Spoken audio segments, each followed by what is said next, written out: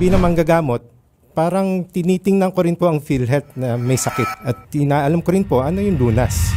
So sanay po ako na maramdaman yung mga hinaing ng ating mga pasyente. Yung word nga po na ginagamit ng mga pasyente, Doc, halos isang poste ho dito sa ospital nyo, ako na may-ari. Ganun yung laki ng inilalabas na pera ng mga pasyente natin. Una po ay titingnan natin yung proseso na kung tawagin ay efficiency dahil mukhang sa ngayon po meron pa tayong pwedeng i-plug na mga leaks o yung sinasabi pong wastage. For example, ng pagre-recording po ng mga financial reports, isa-standardize po natin. Kaakibat ng efficiency kasi kung ano man yung makukuha natin from the wastage, yun yung gagamitin nating pagpalawig ng benepisyo.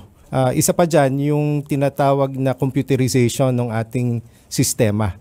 Kasi yung pag naipata sa tupad namin yung digitization, ay magagawa rin natin na yung mga claims ay mapa-flag din yung mga claims na maaring sumusobra o yung maaring may halong katakataka kung bakit ganong kalaki yung mga claims nila.